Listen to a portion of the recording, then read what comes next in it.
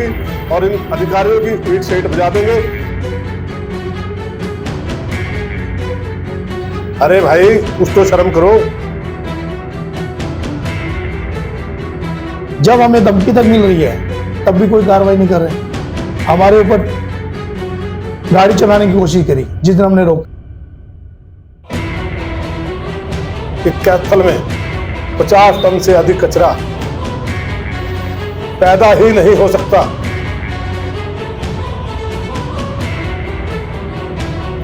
मुद्रा में टिके हुए लोग, सुविधाओं पर टिके हुए लोग बात प्रगति की करते हैं, गमले में उगे हुए लोग। ऐसी एजेंसी का तो जो है तुरंत तत्काल प्रभाव से इसको ब्लैकलिस्ट करना चाहिए और सरकार के नुमाइंदे इनके साथ मिले हुए हैं। चेयरपर्सन सरकार की है, वाइस चेयरमैन सरकार की है और फाइनेंस कमेटी सरकार की है, अप्रूव कमेटी सरकार की है, जो वर्किंग करो।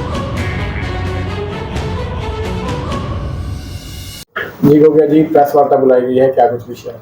सबसे पहले तो मैं आपके जितने भी दर्शक हैं उन सबको दिवाली की, भैया दूज की और अन्नकूट की बहुत बहुत विश्वकर्मा डे की बहुत बहुत बधाई देता हूँ और सबको हाथ जोड़ कर विनती करता हूँ, स्वस्थ रहे, खुश रहे। विषय क्या कुछ रहने वाला है? क्या वो विषय जो आपको पता है, डंपिंग एरिया के अंदर जो ये गोलमाल चल रहा है, आज भी हमने डंपिंग एरिया पे गए थे, आज भी 30 टन का हमने वो पकड़ा है। 30 टन ज्यादा लिखा हुआ है। कैथल शहर के सिर्फ 50 से 52 टन के से ऊपर नहीं है, पर आज भी 80 टन उसका वजन किया गया है। हम सरकार से, हम नगर परिषद से अधिकारियों के खिलाफ कितनी बार बोल चुके हैं, पर सारे के सारे अफसर चुप हैं, ना कोई कार्रवाई कर रहे, ना कुछ बोल रहे। क्या वो प्रमाण है जिस प्रकार से आपने इतना बड़ी आरोप लगाया? आरोप तो जी जो इतने भी काम हो रहे हैं सारे भ्रष्टाचार काम हो रहे हैं। अब पीछे हमारे भाई पत्रकार भाई ने एक गली पकड़ी थी जिसमें नकली ईंटें लगाई जा रही थी, पीली ईंटें लगाई जा रही थी। अब सबसे बड़ी बात यह है, सरकार का चेयरपर्सन सरकार की है, वाइस चेयरमैन सरकार की है और फाइनेंस कमेटी सरकार की है, अप्रूव कमेटी सरकार की है। जो मर्जी करो, उनको कोई रोकने वाला है नहीं। हम तो शहरवासियों के लिए आवाज उठाएंगे, जो शहरवासियों के लिए खून पसीने की कमाई को जो नुकसान कर रहे हैं, हम ऐसे जाने नहीं देंगे। हम उसके लिए चाहे कुछ भी करना पड़े, अगर हमारी आवाज नहीं उठाएंगे तो हम 2 से 3 दिन में हम सभी पार्षदों से बात कर हम लोग धरने पे बैठेंगे। क्या लगता है कि अधिकारियों की और तमाम लोगों की मिली भगत लगती है भ्रष्टाचार करवाने में? ये मिली भगत ही है। अब उन्होंने कमेटी बनाई, बहुमत अपने पास रख लिया उन्होंने। जिस अधिकारी को के ऊपर हम इल्जाम लगा रहे हैं वही अधिकारी कमेटी के अंदर ले लिए। हमारे में से 2 पार्षद लिए, जो हम शिकायत करता है उसमें से आप 3 या 5 बंदों की कमेटी बना लो, चाहे 2 पार्षद को ले लो, 3 हमारे ले लो। वो बहुमत ही अपने पास रख लगे हैं भी, ताकि कल को हम कोई कार्रवाई करें तो जो कम लिख देंगे वो फाइनल है। कौन वो अधिकारी हैं जो इस तरह का गोलमाल कर रहे हैं? नगर परिषद से जो भी अधिकारी हैं, सारे अधिकारी आ गए उसके अंदर। मुख्य तौर से कौन लगता है, कौन इस पूरे षड्यंत्र को अंजाम देगा? आप देख लो सर, सरकार इनकी है। मैंने आपको क्या कहा है, चेयरमैन इनका, वाइस चेयरमैन इनका, फाइनेंस कमेटी इनकी। अधिकारियों की बात आपने की, मैं कह तो रहा, अधिकारी भी नहीं हो गए। चेयरमैन से मिले तो उनका क्या कहना है? उन्होंने तो कहा जी कमेटी बना दी, 7 बंदों की कमेटी बना दी। पहली बात तो 7 बंदों की कमेटी होनी नहीं चाहिए, कमेटी होनी चाहिए सिर्फ 5 बंदों की। और हम तो चाहते हैं भी आप इसकी विजिलेंस से या जज से वो कार्रवाई कराएं, उसमें पता लग जाएगा, दूध का दूध पानी का पानी हो जाएगा। जब हमें धमकी तक मिल रही है तब भी कोई कार्रवाई नहीं कर रहे। हमारे ऊपर गाड़ी चलाने की कोशिश करी, जिस दिन हमने रोकने की कोशिश करी उस दिन भी इन्होंने कोई भी जवाब नहीं दिया, ना रोके, हमें उल्टी बदतमीजी से बात करी, तब भी ये अधिकारी चुप है। कौन वो ठेकेदार है? कोई करनाल से है, शुभम है, जिन ठेका मिला हुआ है, जो पहले 4 करोड़ में ठेका था, अब 9 करोड़ में है। 22 साल का ठेका छूटा हुआ है, परंतु डेली पर मंथ की, जो हमने देखा है पर मंथ की 30 से 35 लाख का शहर वासियों की खून पीठ पसीने की कमाई को चूना लगाया जा रहा है। धमकी किसके द्वारा दी गई है पार्षदों को? आपको पता ही है, ये चीज बताने वाली नहीं है, जब टाइम आएगा वो बताएंगे आपको। नहीं, अब टाइम नहीं है क्या? नहीं, टाइम तो है, बताने वाली बात नहीं है। यानी कि हमको किसी के द्वारा कहया जा रहा है भी आपके साथ ये काम होगा, आपके साथ ये काम होगा। आप अपने पैर पीछे डालो, क्योंकि सरकार इनकी, अधिकारी इनके हैं।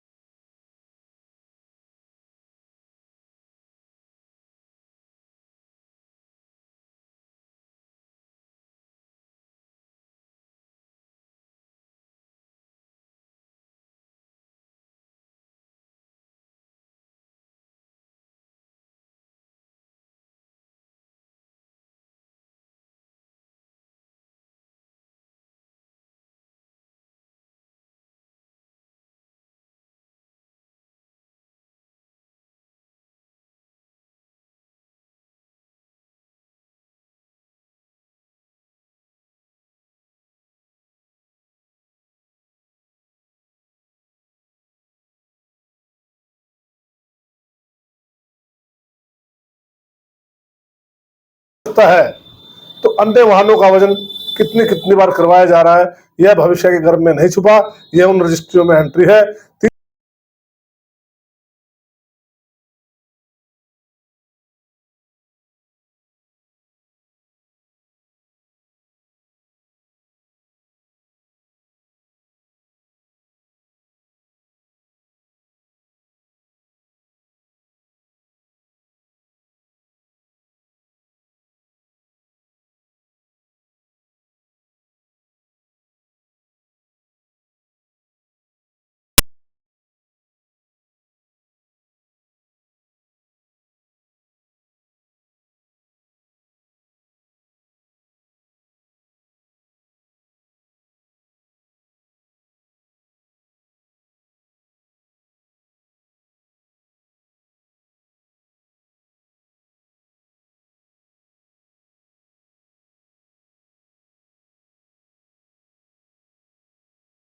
आज का वजन है 79 टन 130 किलोग्राम।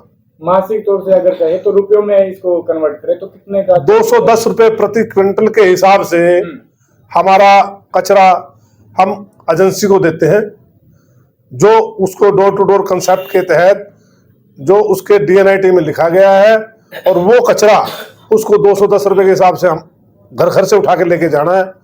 जबकि वो एजेंसी नियमों को ताक पर रखकर ना तो घर से डोर टू डोर कचरा उठाती है और ना ही उसका शोधन करती है, और गार्बेज कलेक्शन के नाम पर जो है लोगों को करोड़ों रुपए की चपत लगाई जा रही है।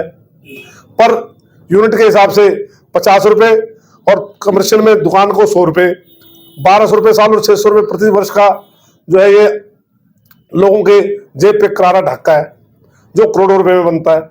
उसके बाद जब ये कचरा डंपिंग यार्ड में जाता है तो उसमें से as per DNIT, as per work order उसकी छटाई करनी होती है।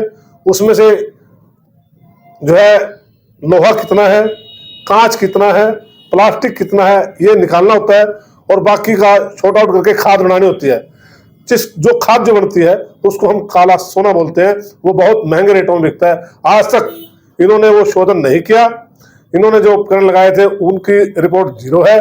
नगर परिषद में इसका कोई रिकॉर्ड खाका नहीं तैयार हुआ आज तक।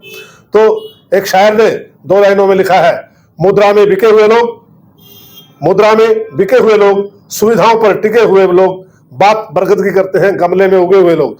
जो ये अधिकारी हैं ये गमले में उगे हुए हैं, ये ऐसी बात करते हैं जो कि हमारे लिए बड़े जो है चिंता का विषय है।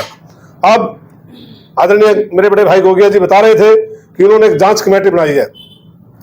भाई जांच कमेटी में आपने शिकायतकर्ता को ले लिया, क्या आपने कभी सुना है एज पर लॉ शिकायतकर्ता को जांच कमेटी में ले जाता है? जांच कमेटी में शिकायतकर्ता के बयान होते हैं, उसके द्वारा दिए गए तथ्यों पर गहन जांच होती है। और उसके बाद जिन अधिकारियों पे आरोप था उन अधिकारियों को इस कमेटी में ले लिया।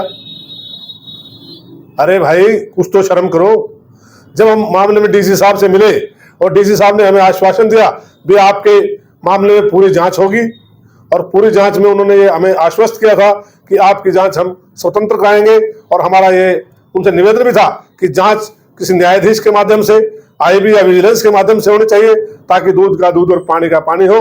और इस शहर का जो 50 टन से ज्यादा कूड़ा नहीं पैदा होता वो बिल्कुल उतना ही हो। अगर ये अधिकारी बाज आए अपनी हरकतों से तो पिछला भी जितना इन्होंने वजन किया है उसका 50 टन के हिसाब से इसका बिल बनाए और 50 टन के हिसाब से इसकी पेमेंट करें।